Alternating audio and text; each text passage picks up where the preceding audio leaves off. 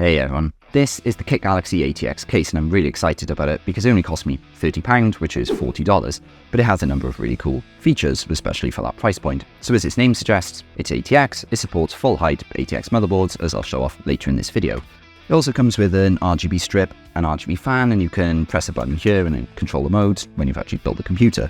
But for now I'm hunched down here just because I needed to steal SATA power for my existing computer. This case also comes with a tempered glass side panel, which I need to be really careful to put that down so it doesn't smash for those people on Reddit. But in general, it begs the question, if this case supports full ATX motherboards, it has RGB strips and an RGB fan, and it comes with a tempered glass side panel, along with a PSU shroud and USB 3 up top. What is this case compromising on? How can it be that cheap and offer so many features? Well, let's find out. So the case itself has a fairly good build quality actually. It's obviously thinner metal in places, but it doesn't flex that much. Like if I'm going like that now, it doesn't flex much, which is pretty good. So most of it's metal. If we look at the bottom, it's got quite good sturdy feet with pads that don't scratch your floor, which is great.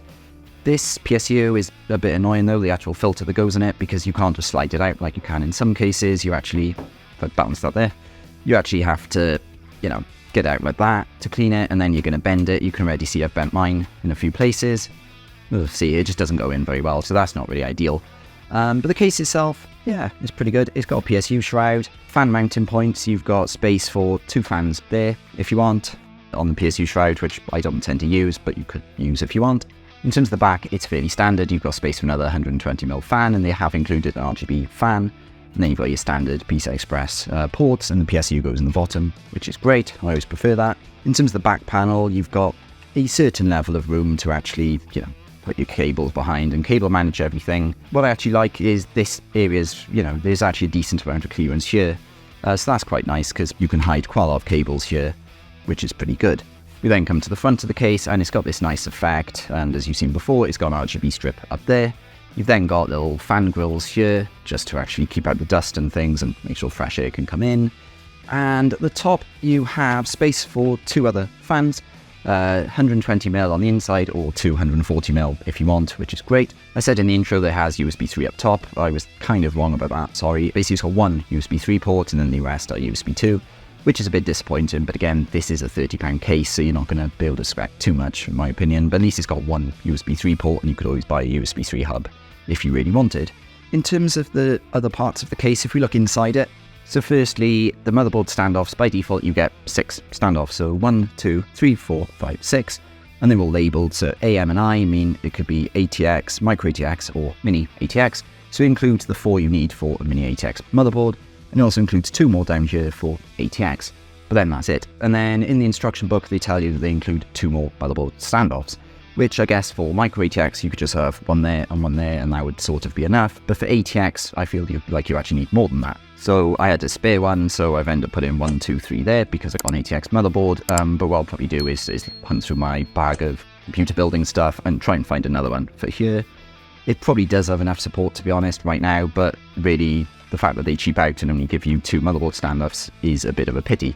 One thing I found though that was really annoying was to get the extra motherboard standoffs in, it was just really hard. What I actually had to do was make the hole a bit bigger with a screwdriver, and then switch over to pliers and actually kind of brute force them in a little bit. It was really hard to get them in. I've built quite a lot of computers and I've never had that much difficulty in getting extra motherboard standoffs in, so that's another area where I feel that they've cheaped out a little bit. Yes, this is only a £30 or $40 case, but yeah, really that was a bit of a pity. In terms of the case as a whole, it's 450 centimeters tall and 330 centimeters long. I'm not sure what that is in freedom units, but I'll put it on the screen. Now, that makes it slightly bigger than some of my other micro ATX cases. For example, I got an older Corsair Carbide 88R case, and actually this is a few centimeters bigger, but not that much bigger to be honest. And my old case isn't the best. It doesn't have a PSU shroud and it only supports micro ATX motherboards. So the fact that this is only slightly bigger than that case and it supports a full-size ATX motherboard is really good.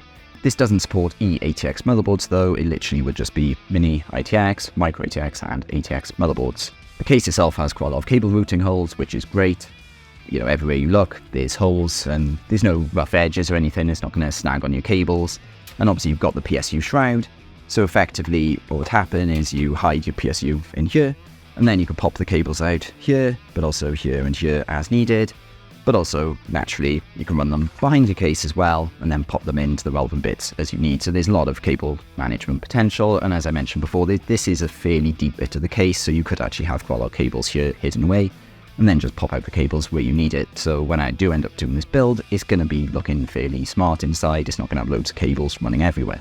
As I've already mentioned, there are some cheaper parts of the build though. For example, the front panel connectors don't exactly look great. We'll hold up there so we can hopefully see them. You can see one there and one over there. You literally just got the circuit board on display there and then the cables coming down, which isn't exactly great because you can see that considering that this has a big side window. So you will actually see that. Equally, the fan itself has some marks and plastic molding issues. I'm looking at it in the light now and you can actually see where there's molding issues and stuff. It's not going to look really high quality like if you bought an Arctic fan or Thermaltake or Noctua or any other fan. So the fan isn't quite as good looking, but again, you wouldn't overly see that. I probably won't use this ARGB fan though for a couple of reasons. Firstly, I have 5 or 6 other Arctic fans. I seem to just collect them, so I'm just going to stick them in here. 2 on the front, 2 on the top and 1 at the back. I'm probably not going to bother with the RGB fan at the back. But there's actually a bigger issue, and it's that the RGB support for this case isn't exactly ideal. If we follow there's 2 plugs coming out the RGB strip. We see them there. If we come to the back now, you can see them, one here and one here.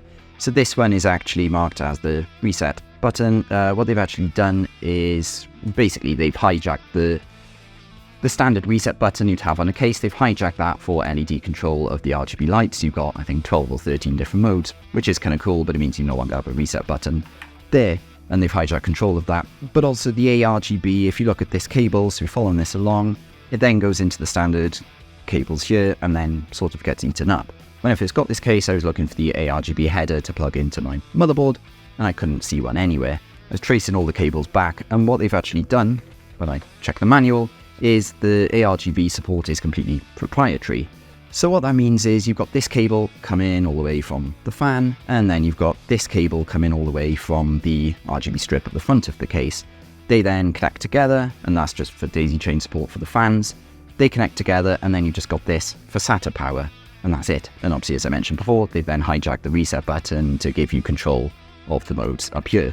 But what this means is you can't actually plug it into the motherboard and the ARGB header and control things via whatever software you use. They've gone a different route and cheaped out on it a little bit.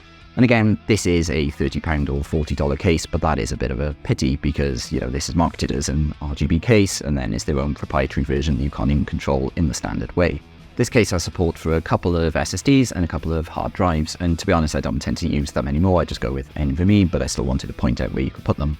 So you've got markers for SSD here, so you can put 1 or 2 up there, and then there's another marker here for SSD. Look at that there. There's also a marker for hard drive there, so basically you could put a hard drive or an SSD there. But obviously if you do mount your drives here, then you're not going to look at fans there. But as I mentioned, I don't tend to actually put my fans on the PSU shroud anyway. I'm happy to have 2 intakes, 2 or 3 exhausts, and that's good enough for me. In terms of other parts of the case, if I just quickly take the front panel off, you end up with this. I gotta be careful now because of all the cables. But you end up with this. So you've got the front thing, which obviously brings in some air there. This bit is solid though, so this won't actually bring in any air. That's worth knowing, it's just from here, but that'll be enough. In terms of the front, as you can see, there's plenty of support here, and in general this case does support water cooling, which is great. In terms of the motherboard, as I mentioned earlier, this supports up to ATX but not eATX, but an ATX motherboard will fit fairly well. So it'll be around there, you can see in the case, it's a fairly snug fit. Obviously you've got cable routing holes here, so you can actually pop cables up there, you could pop cables out there. So overall, it's a pretty good case. This isn't the best, they've clearly cheaped out in some areas. It's a bit of a pity that the ARGB isn't standard support via the motherboard header up there. It would have been nice if I could plug it in there and control it with other software, but it is what it is. I would have also liked more than just one USB 3 port, but again, it's better to have one than nothing. But this case, yeah, it's pretty good. It's Kit Galaxy or CiT Galaxy. I paid £32 for it, including next day shipping. That's what I said at the start, it's £30 because that's pretty much what I would have paid for it when you exclude the next day shipping. And yeah, £30 or $40 for a case like this is pretty good in my opinion. And as I mentioned as well, it has a tempered glass window. I've deliberately kind of left it out of this particular demo just because I don't want it falling and smashing. But again, it looks quite nice. I'm just going to hold it a lot and be really careful. I don't have a turntable, so I'm just going to do that.